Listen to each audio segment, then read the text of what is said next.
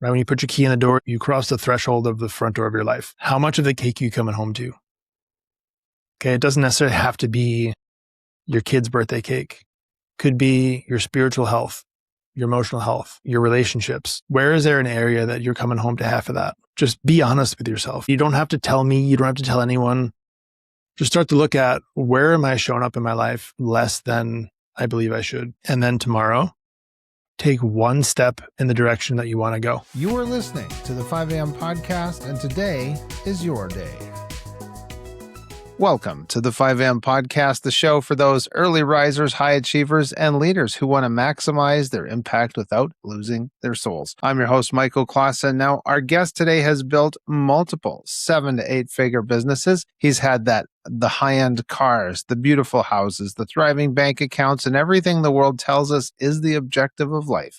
But behind the scenes, the hustle was extracting, as it always does, a devastating price.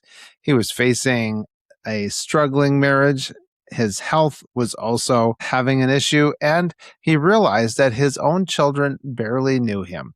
That turning point came on his son's 6th birthday. He walked through the door late, hoping to sing happy birthday, only to find the party was over, leaving him standing alone there in the kitchen in front of half a cake.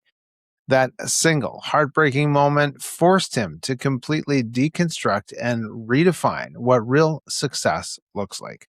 Today, he's a marketing powerhouse and a dynamic entrepreneur.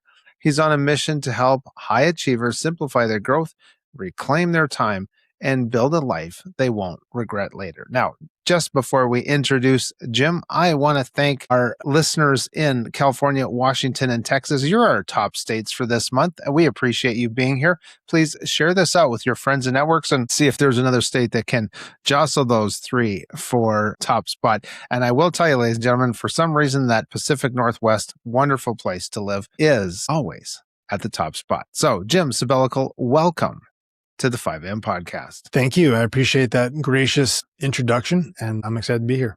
Yes, my pleasure. Well, always looking forward to these great conversations, and a lot of those conversations can start around a table, whether it's a diner or a kitchen. And as I've been apt to say in the past here on 5 a.m. podcast, it's kind of like we're maybe at a seaside diner, a little lemon meringue pie and a cup of coffee or some tea. Now, your story also starts with a table and a kitchen and your son's 6th birthday party. Can you paint that picture for us as you walk in late and perhaps the lights are low, the candles are out of the cake, and what's going through your mind at that exact moment when the financial success really clashed with the personal cost? I got home 8:45 at night. And if you asked me what I was doing up until then, that took me so long to leave work and come home. To be honest with you, I couldn't even wager a guess what was so important that kept me out. At that time, I must have thought it was more important than being home for whatever reason. But I come home 8:45 at night, walk in the front door, and the feeling I was going into it with was, Daddy's home. Let's all be excited because Daddy's home. Right. And it's this kind of mentality that had I'm high on life. Everything goes my way. And, you're able to have whatever toys, whatever stuff, all the things, you've got this Midas touch. You can do anything you want. And you kind of feel like everything is going your way. So I walk in the house feeling like, hey, it's my son's birthday. Let me make sure that, we sing happy birthday before he winds up passing out. Because again, he's a 6-year-old kid. It's 8:45 at night. He's not going to be up that much longer. So I go in the kitchen and my wife drops down this half-eaten birthday cake and she's exhausted, rightly so. She had his friends over that day. They had already entertained all the kids after school, and it's a long day she's a stay-at-home mom. So a long day of just dealing with life. At that point, my daughter was 3. So there's a lot of things going on that require her constant attention. The last thing she wants to do is entertain her husband on top of it after dealing with all that at the end of the day. So plop goes the half-eaten birthday cake and my heart sinks, sitting there realizing I missed the opportunity to sing happy birthday to him is a chance I'll never get back, right? So I'll never get the opportunity again to be there for that birthday. And, again, to look at why did I miss it?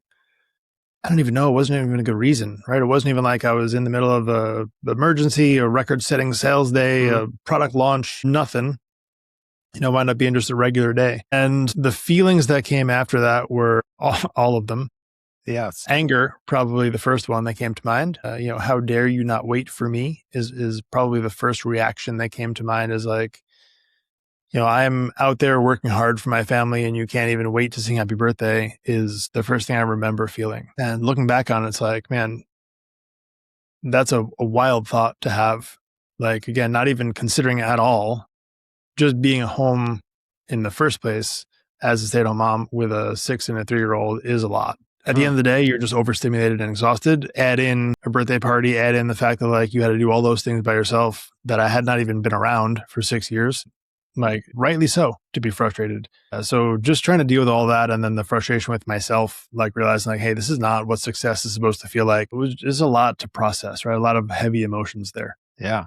Oh, totally. I can see that. Yes. And for all the ladies, we had pretty good demographics for the ladies on 5 a.m. podcast. And I'm sure some moms might be identifying with, she had to feed 13 children, or, whatever the case might be. And now thinking back to that time and maybe the other dads in your neighborhood, did you feel like you were just kind of the same as all the other guys around, or were there some, like maybe some super dads that you're like, man, look at Arnold, he's amazing as a father? I never knew what a super dad was. Okay. At that time, at least it was never even on my radar. To me, the idea of a dad was, you're going to provide for your family financially, make sure they have everything they need, and you're going to be the hardest worker in the room. Like, to me, that was the definition of a dad I grew up with. I was out before we woke up, came home after we went to bed. He was around to coach baseball and stuff like that, but otherwise was like dedicated to providing for the family. And to me, that's what a dad was. I could remember vividly the day that we found out we were even having our son. The first reaction was, holy crap, we're having a kid. And then it was like, I don't know what to do. I don't know how to change a diaper. I don't know how to feed a child. I don't, like, when they cry, what do you do? I didn't have that frame of reference. So I leaned into what I did know how to do, right? I knew that my wife was amazing at that. Her past career was being a nanny. She was raising children for years before she had her own. And I knew like, hey, she's really good at taking care of kids. I am really good at making money and providing financially. And I made it like almost like a business decision at that point. It was like, hey, I'm going to go work on this. You go work on that. We'll both feed the machine, but never each other. Wow. Yeah, that's a profound statement right there, isn't it, for relationships? Because there's that Chinese proverb, men are like teacups. When they're bumped, what's inside comes out. And if the cup is empty, nothing's coming out. An interesting way there were so many things to feed except each other. And so what then did that relationship between you and your wife, that anchor for your home and your children, kind of look like or morph into during this time? Messy, I would say. At that point, I'm blind to the fact that she is essentially a single mom. Like, I never really thought about the fact that what good was I other than a line of credit? Like, I'm putting dollars in the bank. That's it, right? Yes, I was around occasionally on the weekends, and like, I wasn't really super present. I was thinking about what had to be done on Monday, or answering emails, or in a client meeting, or something else. And I left all the pressure on her for that, right? So there's the pressure of taking care of the house and the kids, and then forget about like relationship wise, as far as like dating each other, that was non-existent. So ugly, to be honest. And then just trying to figure out, hey, how do you work on yourself to the point that like you recognize, hey, there's a lot of stuff that is on me that I have to change and modify and grow. And then at the same point, now you're almost starting over with a relationship that you have to heal the previous, like, however many years of not being around, right? Because you're teaching your partner, hey, you're training them not to count on you, and then being mad when they don't come to you. And there's obviously a big disconnect with that, because it causes you to think like, hey, I'm here now. I decided to be a good dad, and why are you not judging me based on that, but judging me based on the years of experience that you have with me not doing that, right? And in the moment, you're like, hey, I'm really trying. Why doesn't it show through? And rightly so, again, from her side, there's years of history that say, I don't believe you. So it's, trying to come at it with a little bit of mercy and grace is really difficult when you are the one that has to give it. You feel like you're trying super hard, and you want the other person to recognize like you're magically different now, but it takes time. Yes. And having to build trust, it's almost like you had a relationship up to like marriage point, and then you had this after child came along relationship, and then you get to this point. And Jim, it sounds like you were coming to this realization like, wow, this is like relationship 3.0. Like I have to woo and demonstrate who I am to this lady. That's kind of what I'm picking up from what you're saying. Yeah. And I think there's even the bigger part is that now you're starting to really become yourself for the first time ever, right? So you're figuring yourself out at the same point you're trying to reintroduce yourself in a relationship. Like logistically is messy. And I would 100% agree, like in the different stages of that relationship. I think there's almost something to be said for until you genuinely consider divorce, you kind of can't consider yourself truly married. And again, it's super easy to look at like the honeymoon phase once you first Yes. get married and everything is amazing. But when it starts to get serious and you're like actually questioning, hey, is this the right decision? Things are really difficult. You start getting at each other a little bit. Like you look at maybe this isn't the right thing. And then you consider like, no, yeah, it's a commitment I made, and you're going to honor it in good times and in bad means, hey, when those bad times come, you got to do the right thing. And it's an evolution, man. Right. Or looking back, did you kind of feel like maybe you had to go find some emotional drywall mud to spackle over the cracks? Was there some of that trying to put on that happy face just to hide some of the things that were going on up to that time? Yeah, I would say at least a little bit. You don't want to feel like a burden. I think there's that part. There's also the part that, as a man, typically you're supposed to hide your emotions and not have any. And you're supposed to just be kind of stoic and bottle it up and never express anything. So, I think when you look at kind of both sides of that, it's very easy to understand why some people would, kind of act that way. Yes, right. And you think of how people talk about relationship baggage. And, for a lot of guys, it's just like, let's just stuff this in there. Let's see what the capacity of this bag is. And we'll just keep cramming these emotions down. And so, what was one of those tools that you came up with maybe to unpack those bags and all that stuff you'd been stuffing in there? And I mean, we all know what it's like to go on vacation, and I really want these 25 shirts, but someone's got to sit on this bag so I can latch it closed.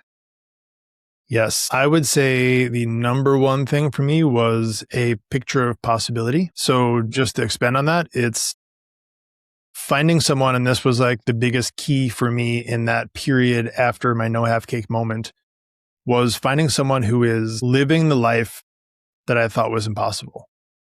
So, right, once you break the 4 minute mile, how many more people are going to run that 4 minute mile, right? Yeah, right. It's the same thing, but relationally and emotionally.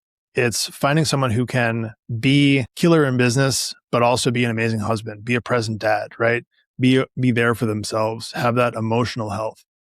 So having that type of mentor in my life was absolutely a game changer. It made it possible for me to see like, yes, there is a real person who can do all of these things and do them well.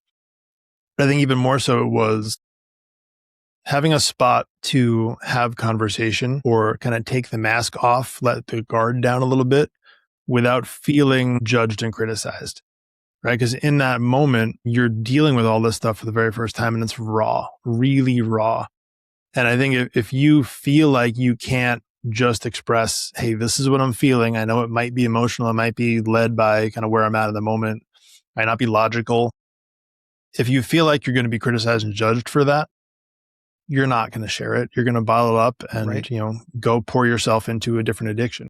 Yeah. So having that type of relationship, I think was tremendous. Hmm. So after this, as you were starting this transformational experience, when you got into the office, you're looking at your desk and maybe your list of things you wanted to accomplish. Did you have to kind of rewrite your schedules to accommodate your family, or how was that workflow process that you had to deconstruct and put back together? It was perfectly timed. And I will say that because the way that the whole COVID experience went was immediately after my son's birthday. right? So it just happened to work out, and things work out in incredible ways when you look back at them. Right. Like the timing of that literally forced me out of the office into the home. So I was working 6 days a week, 10 to 15 hours a day at the office. And immediately following that, it was almost like, hey, you don't even get a choice. Guess what? You're going to be home now. So I wound up working from home. I've never gone back. And it was amazing. There's been adjustments for sure, but it's to the point now, and it's 6+ years later, that I'm able to work less than I was before. The businesses are doing better. There are even more businesses than there were. And I'm able to pick up the kids from school, drop them off in the morning, go take them to practice, cook dinner. Like I'm able to be present. I'm able to go on a date with my wife. Like we could do this stuff intentionally while also crushing it in the other areas. And I think a lot of that comes down to that intentionality. And like I said before, having that person who can help you kind of walk through it. Yes, right. And then there is that way back in the day, people would talk about the dinks, the dual income, no kids. And then there's also the two incomes, no intimacy. And really have, like you mentioned, taking your wife on a date. And some guys might be listening and saying, man, I'd really love to do that. What was your first maybe couple of steps in that of being able to say, okay, I love my wife. I convince myself that I feel great about her, but I got to take her, I got to start doing some stuff that I used to do when we were enamored with each other. Now we put up with each other. Yeah. So 3 things come to mind. Number one is really just the raw conversation of saying like, hey, I know I wasn't super present and I might not have been the best husband, the best boyfriend, the best partner, whatever it is. I recognize that and I want to make a step forward and I want to change that. Okay, and I understand if you're going to doubt that because of years of experience of me not doing that. Okay, but I'm asking you for the opportunity to do that and for the raw communication back when I'm not being that version of me that I want to be. Okay, so there's that conversation, which is going to take some humility to say, hey, I know I'm not going to be perfect at this. I'm asking for you to correct me when I'm not, right? When I make it so that you don't feel like you're my number one priority, I want you to tell me. Then you got to have some intentionality around actually scheduling that and making it happen. But it seems, less than romantic for you to have to like agenda a date or agenda a text message to say whatever it is you want to say. Yeah. But like you got to really help yourself in that moment and start recreating like this new habit in you that is going to like start expressing those things. Yeah. And then I think number 3 is really just to look at the grace and mercy from the other side and look at like, there is a person who is also dealing with a lot of stuff on their own. You can't take all this stuff personally. Like your husband, wife, partner, whatever is going through a lot of their own stuff that they may not even tell you. Okay, so you can't just expect them to have been trained a certain way for all this time and come up with their own solutions for stuff, live their own life. And then suddenly when it's convenient for you, now they're going to change everything about themselves to start making your life easier. Right. So there's, I think, a lot of humility and a lot of grace needs to be given for that situation where you can start to rebuild and kind of build up that newer version, that version 2.0 of yourself. Yes, right. Because we know that what's inside comes out. So if we have a spouse or a child and we really don't like what's coming out of them, then we have to be like, what's been feeding you? What's been going into you? And what was the change in your son from, pre-birthday cake to post-birthday cake? How did that relationship or even his character change as his dad was transforming? I would say definitively more independence and confidence, which I think is great, right? And it's hard to really judge that. Him being our firstborn, I don't have experience to say, hey, when a kid goes from 6 to 12, this is what happens naturally without that change. Gotcha. So I'm not going to give myself credit for doing that necessarily, but I will say spending more time with them has been positive, right? That's probably not rocket science. Spending more time, raising your kids is a good thing. So, it's hard to really quantify what the before and after is, but I will say I'm super pleased with how things are now. Yeah, that's wonderful. We could title this hustle culture idea as maybe it's saying, you got to make the sacrifice, your family's got to sacrifice, and, you got to look after yourself as best you can, but there's a price for admission in building your own empire. And so you looking back at the business builds that you've done, what did you come to find as being the biggest lie that brought you into that hustle culture season of your life? I think two things come to mind. Number one is the idea of hustle culture in and of itself, right? There's this concept of like, you have to be first in, last out. You've got to be the hardest worker in the room. And to some degree, it is correct, right? When you're starting a business, there's going to be some sacrifices you're going to have to make, but it can't be your strategy the whole time. So you can't just run full throttle, all gas, no brake the entire time. You're going to wind up crashing into a wall. Could you do it for short stints? Yes. Should you do it? Yes, 100%. I do believe that there are some times when you got to say, hey guys, dad's in a situation where we got an opportunity. We're going to, take advantage of that opportunity while we can. Should that happen once a month? Maybe, right? Or even less, probably. If it starts becoming routine, it's not a good thing. So I think people need to know how to kind of throttle that on and off rather than saying, this hustle culture, this grind mode, very good in short stints when you need to, can't become a long-term strategy. I think the other thing that people really screw up with is this work-life balance concept. Yes. Which work-life balance, in my opinion, is a term that people throw around, meaning that they want to work less and they want to just do life more. Most people tend to just use it as an excuse to not do a thing and say, I'm working on my work-life balance. Not usually the case. Usually it's something you're avoiding because you just don't want to do it because it's uncomfortable and you want to go just, putz around instead. I do think that there's a lot of validity to the concept of like harmonizing your life, right? Where you can be present at work, but also be aware that you have a family. And I think a lot of that comes down to the intentionality of being 100% where your feet are, right? So when you're home, you're home. When you're at work, you're at work. You do the things you're supposed to do. You keep your word. You are intentional about your time. You can get it all done. It's not impossible if you are intentional with it. Yeah, right. And that scheduling and including the family in that schedule just as much as clients in business. Have you found maybe that you brought your family a little bit more into the struggles and experiences and obligations maybe that you have at work? Yes, 100. I would say they are probably aware of, if I had to put a number to it, 80% of the stuff. And it's not, to be very clear, it's not using your family as therapy. Because I very much see some people do that where you are now venting to your family and letting them be your therapists. Yeah. Please don't do that. Right. But just at least keep them in the loop so they understand like, hey, if dad's acting a little strange today, it's because reason X, Y, and Z, right? They don't need to know the full context of everything, but they just might need to know, hey, right now I'm in a stressful situation. This is the scenario. They can see how you work through it. And to be honest with you, I think if you do it correctly, which again is not using them as your therapist, they start to learn like how to problem solve, how to handle conflict, how to realize that like conflict is a part of your life, that life is not always going to be, rainbows and unicorns, but there's going to be some stuff that unfortunately you're going to have difficult days.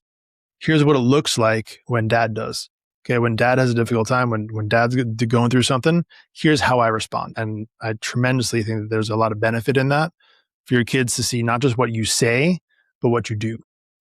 Yeah. And a great way to train that next generation of leaders or business owners, as the case might be. So for someone listening who really wants to knock it out of the park, and maybe they've been contemplating, am I sacrificing relationships for the golden trophy, which sometimes seems to turn into a handshake or a parachute at the end of things. But are there some specific warning signs, maybe some red flags that would tell an entrepreneur that they're currently sacrificing birthday cakes for temporary business wins? Yes, I would say if you look at your relationships, if you look at this kind of feeling that you get in the morning, or when you wake up and you're thinking about if you're already pre-solving problems for the day, or you are waking up grateful for the opportunity, if you are looking forward to Friday or you're just grateful for another day. I think that there's a lot of warning signs that exist and they're going to be very different for each person. So if history has taught me anything, you're going to know. right? And you're going to deny it. And it's going to be this thing that you say is not really a problem.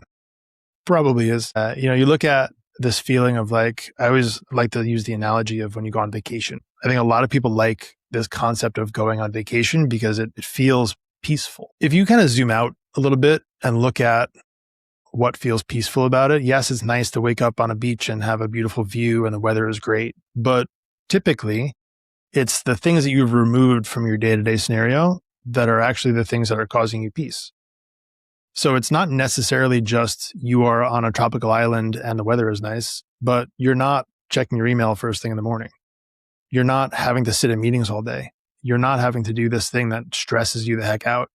So when you start to look at, hey, what would my life look like if I was intentional about sculpting my day, that every day kind of had that feeling? And I want to be super clear.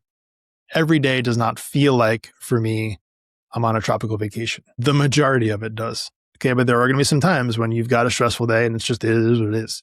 And I want to be super honest about that. I'm not trying to say like I've figured out the cheat code for life. I never have frustrating days. The difference is you can't let them be the norm. Right. You got to be super intentional about saying like, hey, what does my day look like?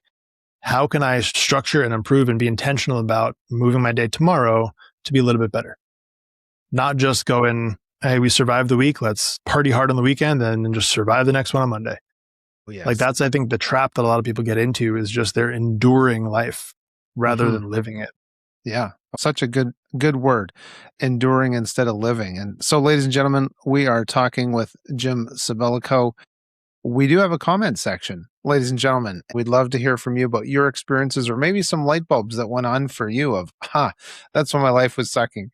Jim, you're talking about this, there's that song, Everybody's Working for the Weekend. And I have this very distinct memory of being early 20s, working on a facility at the time, and much of the people were older than me, and the radio comes on. It's like Friday at around 1, so close to being after lunch, and the DJ comes on the radio and says, hey, so and so at this business wants me to play Everybody's Working for the Weekend. And I could see the reaction too of my older coworkers around me, and I was thinking, well, that's actually pretty depressing. If you're only working for your weekend and you're not enjoying your job, and if you live to 100, you have like 5,200 weekends in your life, and you have so many more days to either suffer through or enjoy life through. Was there that aha moment that went on in your life of the perspective of enjoying every day versus that working for the weekend? Yes, totally separate from coming home to a happy and birthday cake and years before, but I never really understood the importance of it. I was involved in a car accident in December of 2008. I might be wrong in the year. But I was, without dragging out the story, hit from behind. I was sitting still. The car that hit me was about 65 miles an hour, and it spun me through oncoming traffic. I was in a turning lane. The car, for whatever reason, was driving in the turning lane as if it was a regular lane of traffic. And had it been a split second in either way, I likely would have got hit again by oncoming traffic. By the grace of God, I was able to go through oncoming traffic. I do not remember this part. I am just told by the people who were there. They don't know how I survived, but it was a normal day. I was waiting to turn into a parking lot and being super intentional about my life after this awakening that I had 6 years ago, where I realized the version of success is not this just let's stack up money and get fancy cars, but hey, how much intentionality can you put into your life? Gave me a different perspective to that, and made me think a lot about the fact that I am not guaranteed to make the end of this podcast, let alone the end of the day. Okay. And it's a morbid thought. I get that. And we don't want to think about that a lot of times. It's very uncomfortable for people to think about hey, today is not even guaranteed for you. But when you can keep it just present enough in your life that you realize this is a gift, you can't waste that gift. And you got to realize you weren't guaranteed to wake up today. So if you're waking up in the morning already pre-solving problems for tomorrow, rather than saying, thank you, God, for waking me up today, that's a change in perspective that I highly encourage you to take a look at. Realizing hey, this might be the last opportunity I get to have this conversation. I'm not going to hold back, and I'm going to give it a genuine version of me. Okay, when I drop my kids off for school in the morning, I'm not just going to say, all right, see you later, and then start thinking about that meeting I got to get back to. I'm going to be intentional with the time that I have because I don't know that I'm going to have that time again. And again, I understand that's super heavy and a lot of people don't want to think that, but it's true. Okay, you've got a 100% success rate of waking up tomorrow. Every single person listening to this right now has had a 100% success rate of going to bed and waking up tomorrow. But I want you to consider the fact that that's not real. Okay, and I know it's morbid and I know it's hard to listen to, but I need you to recognize the fact that you are not guaranteed tomorrow, let alone the rest of this day. So when you can put that intentionality into showing up for your life and realizing like, hey, what's actually important? Yeah. Things move. Yes. And that kind of mindset and that acknowledgement of reality impacts what we eat, what we do, how we spend our downtime. Like you're talking about the person with who's focusing on the life part of the work-life balance. And it almost sounds to me like this could be a conversation about hierarchy of not only our priorities, but where we put our God, our spouse, our children, our work all through that. Some people might see it as a horizontal, kind of like a totem pole almost, or a vertical spectrum or horizontal spectrum. But did that play into your role of seeing where you fit in, not only within what God has created, but how your whole family all fits together and how everybody brings something to the table? Yes, 100%. And I think most people have it completely backwards. It tends to be like if I look at most people's day to day, it's whatever the work emergency is takes precedence because it just feels more important. Then you're going to show up and do whatever you can for your kids. You're going to give kind of whatever's left to your wife after that. If there happens to be some time that you haven't dedicated to your partner, maybe you'll take it for yourself. And hey, maybe you'll make it to church on Christmas or Easter. Right. Or whatever religion you're listening to.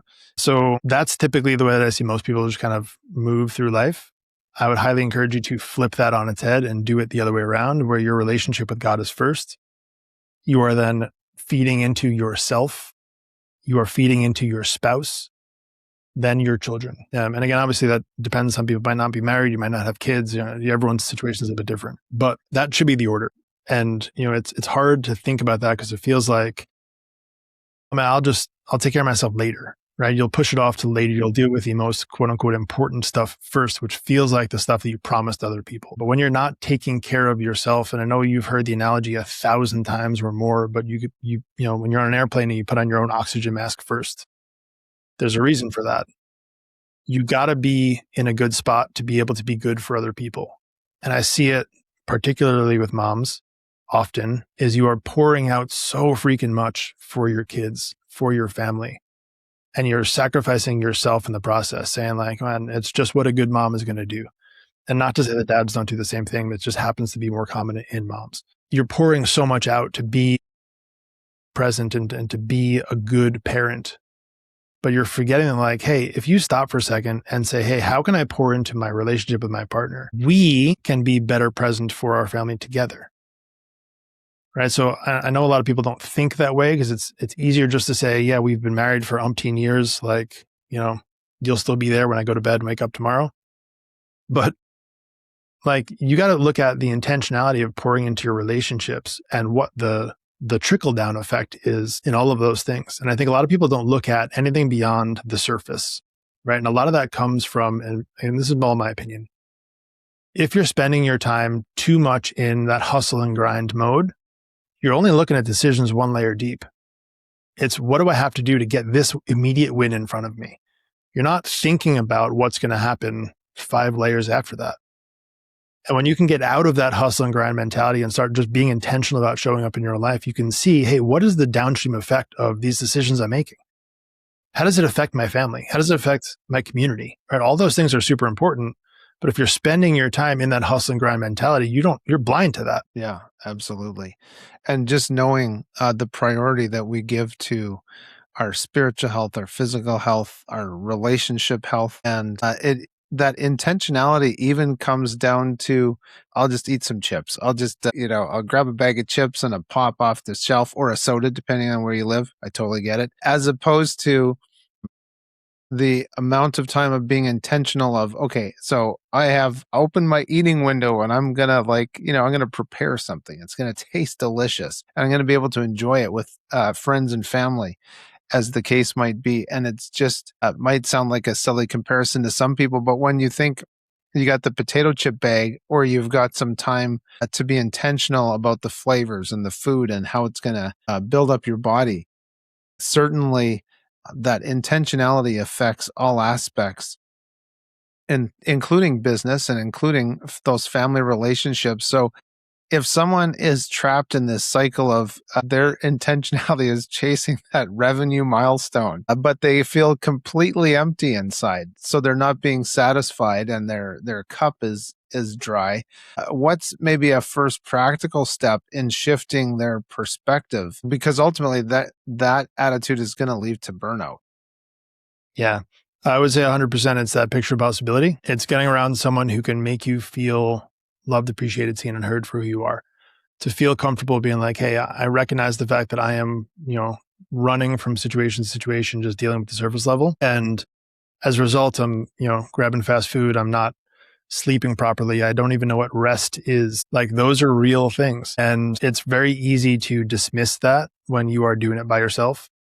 But if you can do it with someone, again, from a non-judgmental way, which is something I think a lot of people don't necessarily have in their lives, or just having that person who can just sit with them and say, hey, I might not have all the answers. I'm willing to sit and listen to whatever situation you got, and I'm willing to work through it with you. Not from the perspective of, hey, I need you to pay me X amount of dollars per hour in order for me to care about you, right? That's another part of that. But just to look at, hey, doing life together, right? And having some people in your life who are going to be there for you, again, to help you feel loved, appreciated, seen, and heard. I know those 4 things I've said a bunch.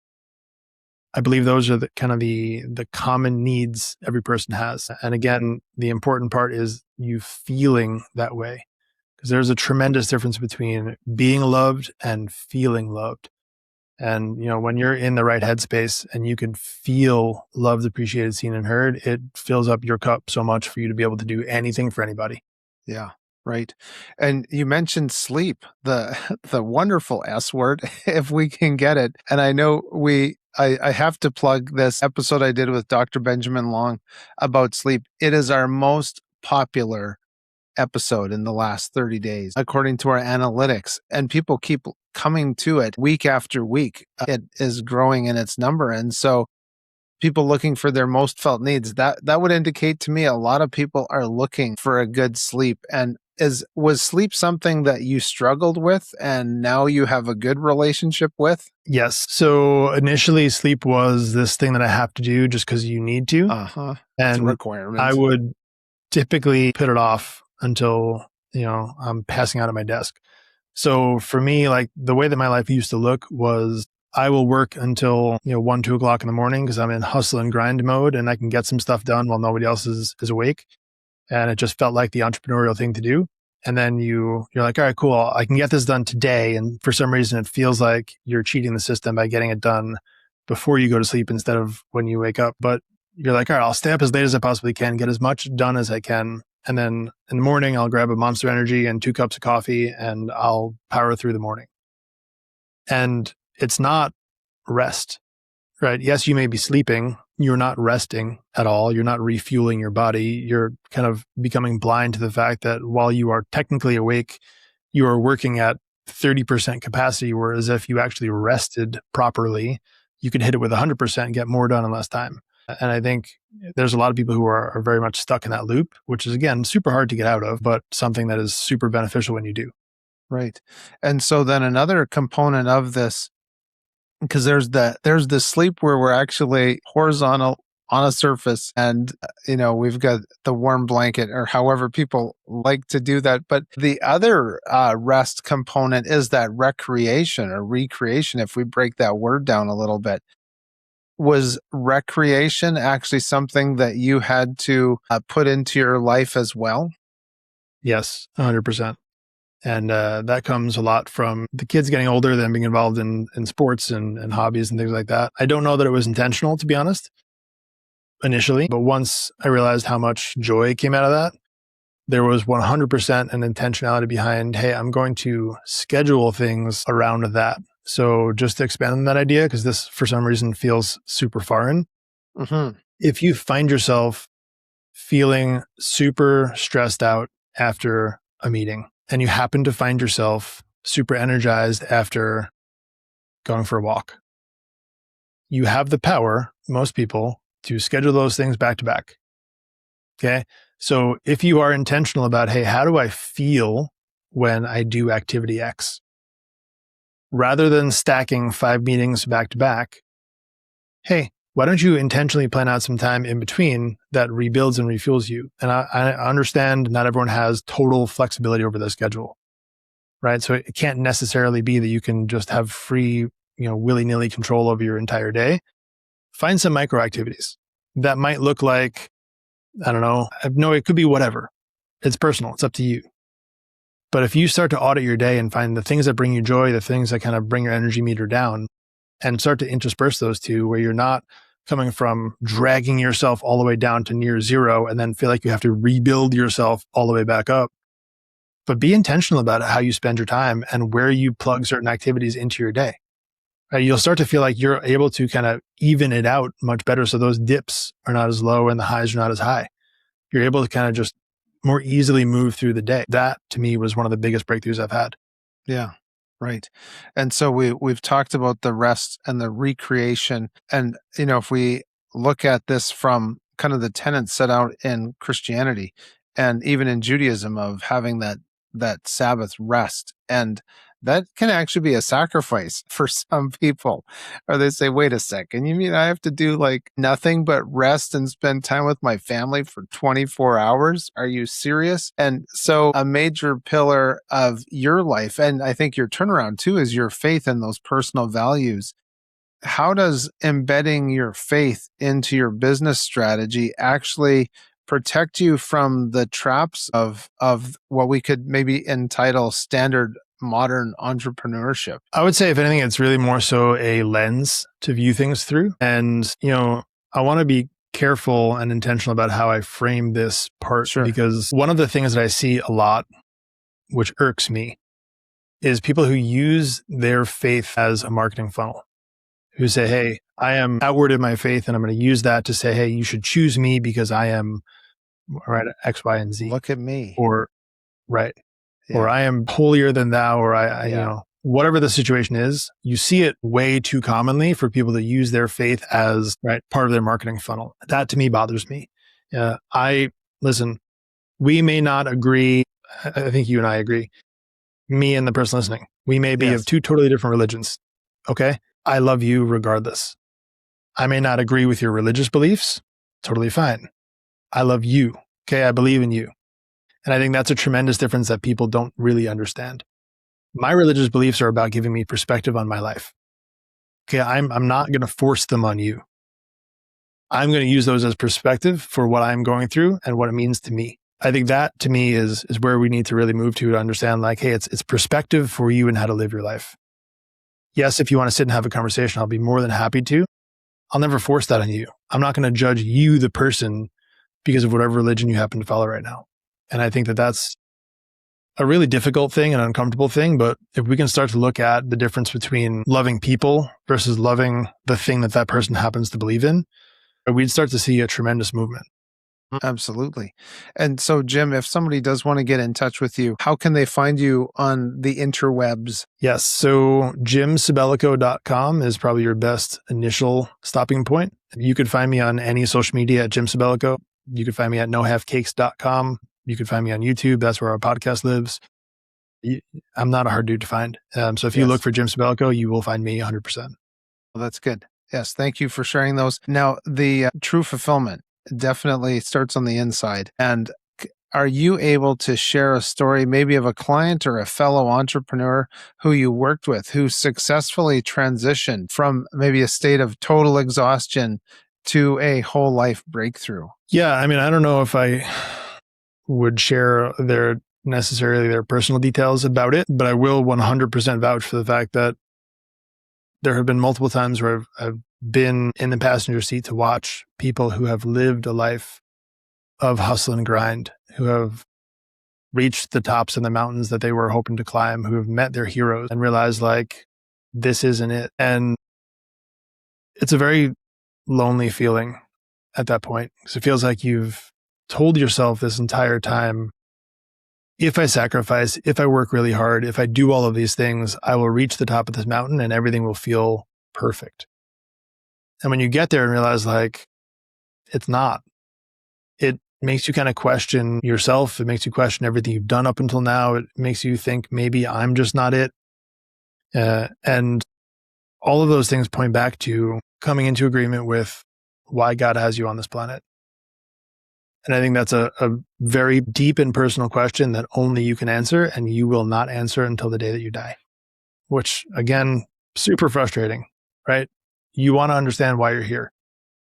The way I look at your purpose is this. If you are intentional about being yourself, right, about removing all the layers that the world has put on you, about all the pressures and the expectations that other people have given you, and getting back to that childlike version of you that was just comfortable being you, you are going to start to see your purpose unfold in front of you. You're going to go from having 10% of an idea up to 95% relatively quickly, right? Within the course of, I'll say 6 months to a year, you can figure a lot of that stuff out and you can really get a good idea for why you're here. When you start walking that out, you're going to go from that 95% to 99.9% over the course of the next 50 to 60 years.